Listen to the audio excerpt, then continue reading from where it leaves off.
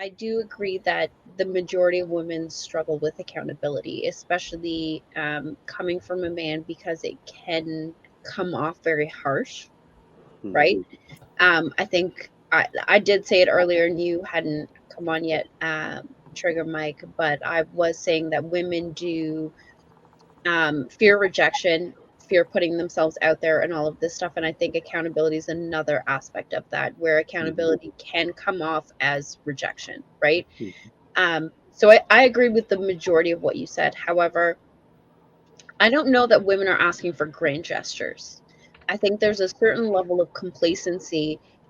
Both you and Marcus did slightly allude to it, not only in this conversation, but a couple of other conversations around men's complacency and getting comfortable within a relationship. Hmm. I think there's a certain level of attention that a woman requires, even long term, especially within a marriage, in order to keep going, in order to not only be respectful, but loving to that man.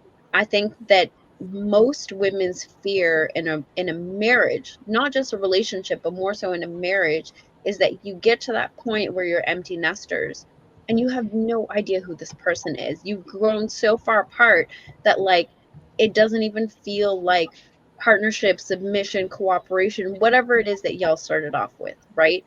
And I think that women are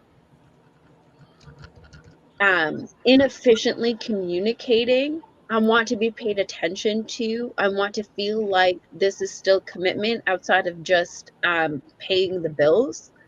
That you Hmm. were actually here. I think Trigger Mike, the last time that we were on this panel together, you talked about your entire presence in the household. I think Hmm. women really want that throughout the marriage and aren't communicating properly.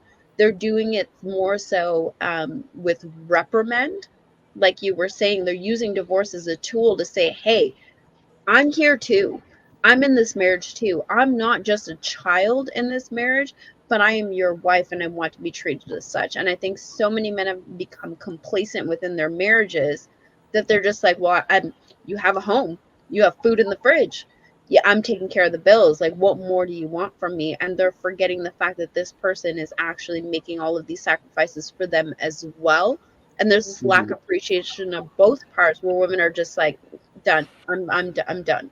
Right? Well, yeah, I see. I think that's what women report. I definitely have heard those things, those reports too.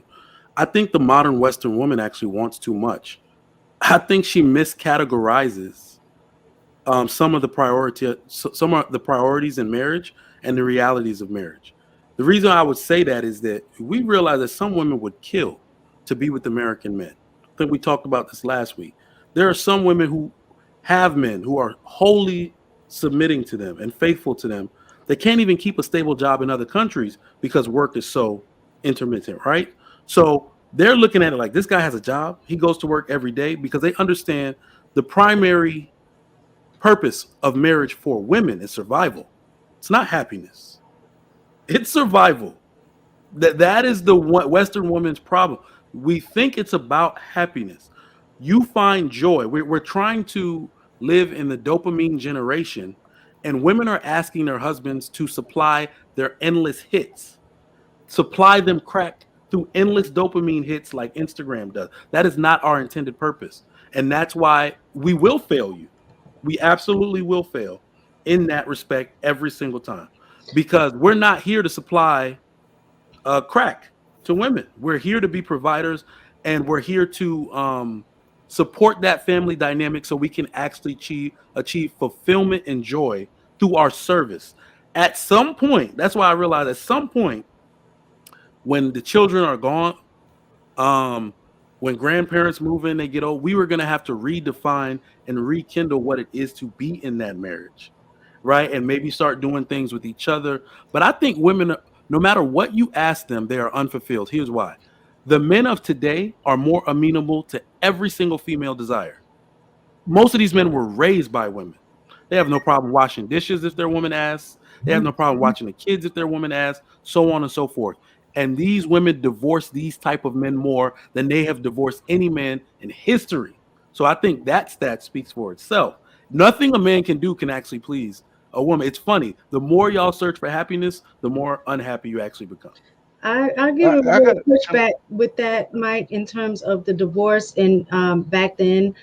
The difference is I think conditions were set up differently in the past, which kept families together. It was the condition. It doesn't mean that the woman was necessarily happy in her marriage or it was a a happy marriage. The conditions kind of made her be there. But now that when you remove conditions that keep you in a position like that, you don't necessarily have a choice. And when I say conditions, I'm not just thinking about financially. I'm also thinking about um, social norms, societal norms about divorce. Back then it wasn't as acceptable, whereas now it is much more acceptable, and women have their own access to resources. So I also think that that's partly why you have the higher divorce rates as well, because the conditions are different now. I just have a quick question for both Trigger and Marcus. Do you guys still date your wives?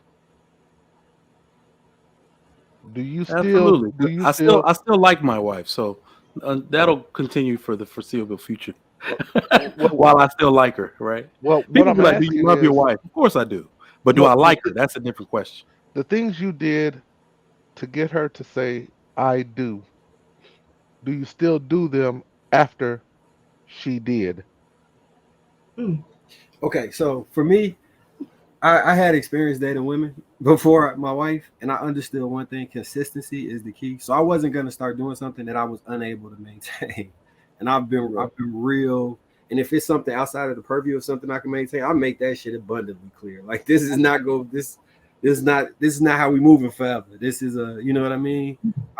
Because I don't want to set an expectation. That's I always talk about standards, expectations, and boundaries, right? I don't want to set an expectation for me that's so high that I'm gonna work myself to death trying to commit to it, or that I'm gonna create a disappointment just because I can't meet that expectation.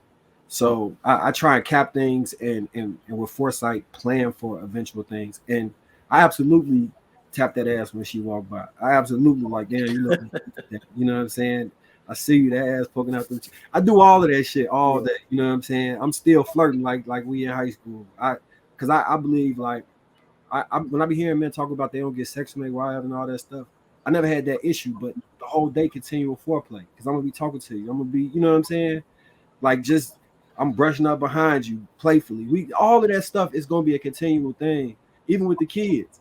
Like I'm kind of getting worried at this point because they get a little older and it's like, all right, we might need to chill with some of this stuff around them. You know what I'm saying? Because yeah. So what was I saying?